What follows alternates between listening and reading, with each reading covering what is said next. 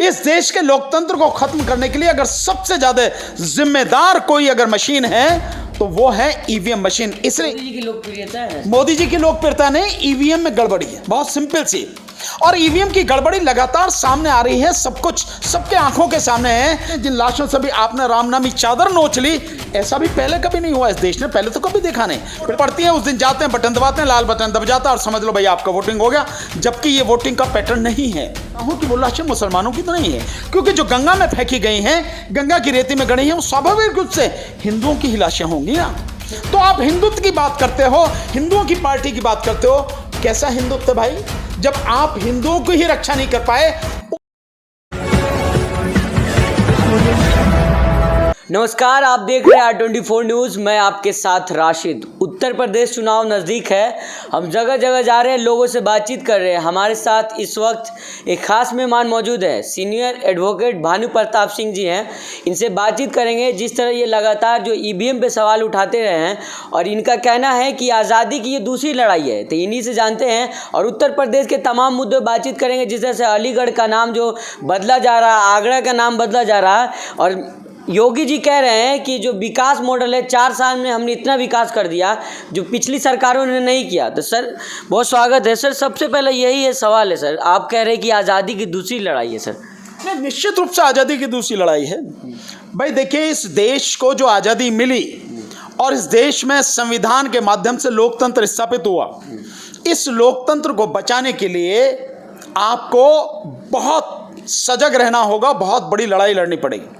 और आज के तारीख में इस देश के लोकतंत्र को जो सबसे बड़ा खतरा है वो केवल एक मशीन से है, ईवीएम से, जिसके माध्यम से यहां पर मतदान होता है। वो मशीन, जिस मशीन को पढ़े लिखे लोग भी नहीं जानते कि कैसे उसका इस्तेमाल होता है, कैसे वो काम करती है, ये लोगों को भी नहीं मालूम है। और केवल जिस दिन वोट पड़ती है उस दिन जाते हैं, बटन दबाते हैं, लाल बटन दब जाता है और समझ लो भाई आपका वोटिंग हो गया, जबकि ये वोटिंग का पैटर्न नहीं है। क्योंकि जो व्यक्ति वोट डालता है, ये उसका अधिकार है कि वो जिस व्यक्ति जिस पार्टी को वोट डाला है, उसे मालूम होना चाहिए कि उसने जिसको व्यक्ति को और पार्टी को डाला उसका वोट उसी को गया है। ईवीएम से ये सब पता नहीं लगता। इसलिए ईवीएम का रहना इस देश के लोकतंत्र का गला घोंटना है। इस देश के लोकतंत्र को खत्म करने के लिए अगर सबसे ज्यादा जिम्मेदार कोई अगर मशीन है तो वो है ईवीएम मशीन। इसलिए ईवीएम को हटना चाहिए। और अब तो ईवीएम के साथ साथ दूसरी और एक मशीन आ गई, यानी एक झूठ को छुपाने के लिए दूसरा और झूठ उसमें शामिल कर दिया गया, वीवीपैट। तो ईवीएम और वीवीपैट मशीन दोनों को हटना चाहिए और इस देश में केवल और केवल बैलेट पेपर से चुनाव होना चाहिए। सवाल तो सर ये उठता है ना, लगातार कहते आ रही है पार्टियां की जो है, जहां आप जीत जाते हैं वहां सही होता है, जहां हम जीत जाते हैं तो ईवीएम पे सवाल। ये इस जो असली मुद्दा है, जो असली जो सच्चाई है, तर्क है, उस तर्क को झुटलाने के लिए ये कोशिश की जाती है। मैं ये कह रहा हूं कि आपके और मेरे जीतने की बात ही खत्म है। आप इस जिस पर सवाल ही खड़े हो रहे हैं, आप उस मशीन को हटा दीजिए, बात ही खत्म कर दीजिए, आप बैलेट पेपर से करवाइए। अगर आपके पास में लोगों का मत है, लोग आपको ज्यादा मानते हैं या लोग आपको चाहते हैं या आपको लोग पसंद करते हैं, आपके साथ में खड़े हैं, तो वो तो आपको उससे भी पता लग जाएगा। उससे क्या दिक्कत है आपको? क्यों आप ईवीएम से करा रहे हैं? आप बैलेट पेपर से कराइए, उसमें क्या दिक्कत है? ये एक जो सही तर्क है, जो सही लड़ाई है, जो असली मुद्दा है, उससे ध्यान भटकाने की ये कोशिश है कि साहब इस स्टेट में जो है आप वहां तो जो वो जीत गए। आप ये बताइए ना, केंद्र में क्या हाल है? केंद्र में कैसे जीत गए?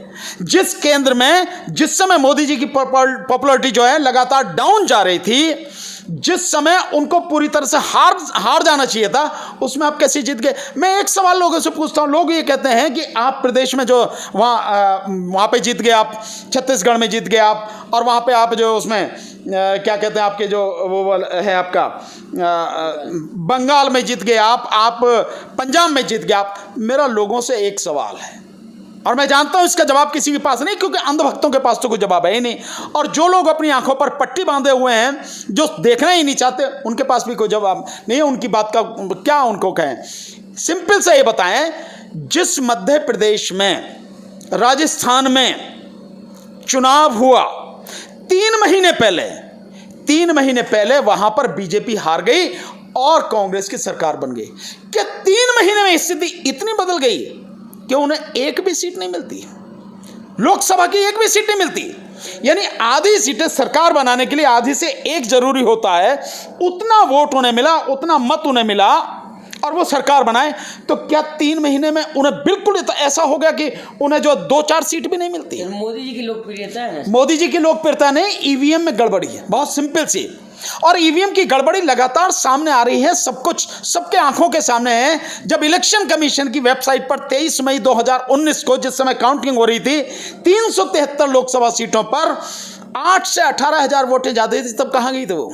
तब बताएं क्यों नहीं इलेक्शन कमीशन ने कि ये इसलिए है? इलेक्शन कमीशन ने उसका कोई जवाब नहीं दिया। अगर ईवीएम मशीन सही है तो 8000 से 18000 वोटें कैसे ज्यादा या कम कैसे आ रही हैं? आप बताइए ना, जितनी वोटें पड़ी हैं उनसे ज्यादा या कम आ रही हैं, कैसे आ रही हैं अगर ईवीएम सब सही है? तो सर तमाम तरह के सवाल है, लेकिन योगी आदित्यनाथ कह रहे हैं कि जो 4 साल में हमने कर दिखाया वो पिछली सरकारों ने नहीं किया है। मैं समझता हूं 4 साल में एनकाउंटर के अलावा और लोगों को गुमराह करने के अलावा, झूठ बोलने के अलावा और लोगों पर, बेगुनाह लोगों पर झूठी एफआईआर करने के अलावा, चाहे यूएपीए में हो चाहे एनएसए में हो, इसके अलावा तो कोई काम नजर नहीं आया। आप बताइए एजुकेशन में क्या काम है, मुझे बताइए। आप कहीं भी प्राइमरी एजुकेशन में हो चाहे उसके ऊपर हायर एजुकेशन में हो, कहीं कोई काम है? कोई काम नहीं है, सिवाय जाति और धर्म के नाम पर नफरत फैलाने के अलावा दूसरा तो कोई काम नहीं है। नहीं तो कह रहे विकास मॉडल हमारा नहीं, कैसा विकास का मॉडल? मैं वो ही विकास का मॉडल जानना चाहता हूं। क्या विकास में लोगों को रोजगार शामिल नहीं है? क्या विकास में शिक्षा शामिल नहीं है? क्या विकास में लोगों को स्वास्थ्य सेवाएं, स्वास्थ्य सुविधाएं मिल जाएं, ये शामिल नहीं है? स्वास्थ्य सुविधाओं का क्या हाल था? आपने सबने, पूरी दुनिया ने कोरोना काल में देखा किस तरह से जो है गंगा में लाशें बह रही और किस तरह से जो है गंगा की रेती में लाशें गड़ी, चाहे वो इलाहाबाद हो, चाहे वो जौनपुर हो, चाहे वो उन्नाव हो, हर जगह आपने सबने देखा। और जिस तरह से फिर उसके बाद में बाढ़ आई तो वही लाशें जो उसमें थी वो निकल कर बाहर आ गई, ये भी सबने देखा है, किसी से छुपा तो है नहीं। और वो जो लाशें हैं वो किनकी लाशें हैं? मैं बार बार इस सवाल को कहता हूं कि वो लाशें मुसलमानों की तो नहीं है, क्योंकि जो गंगा में फेंकी गई हैं, गंगा की रेती में गड़ी हैं, वो स्वाभाविक रूप से हिंदुओं की ही लाशें होंगी ना। तो आप हिंदुत्व की बात करते हो, हिंदुओं की पार्टी की बात करते हो, कैसा हिंदुत्व भाई?